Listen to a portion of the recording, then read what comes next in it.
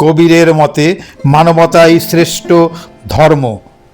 আজ আমি আপনাদের এমন একজন মানুষের কথা বলবো যাকে হিন্দু মুসলিম নির্বিশেষে সকলেই মানে। তিনি আর কেউ নন, তিনি আমাদেরই দেশের একজন মহাত্মা কবি, সন্ত কবির।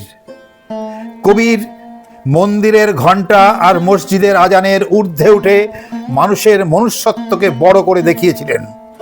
কবিরের দোহাগুলো জীবন পরিবর্তনের মহামন্ত্র। কবির পেশায় ছিলেন একজন সাধারণ তাঁতি, কিন্তু তার দোহাগুলো ছিল জীবনের গভীর সত্যে ভরা।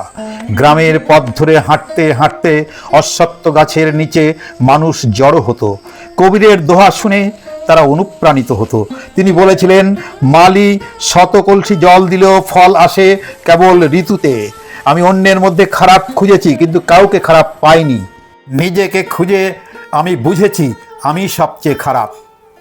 তিনি বলেছেন, ঈশ্বর না থাকে মন্দিরে, না মসজিদে, না কাবায়, ঈশ্বর থাকেন মানুষের হৃদয়ে। ভাষা আলাদা হতে পারে, কিন্তু সত্য একটাই। সন্ত কবিরের কোন দোহাটি আপনার সবচেয়ে ভালো লাগে কমেন্টে জানান। আসুন বিভেদ ভুলে আমরা মানুষ হিসাবে বাঁচতে শিখি।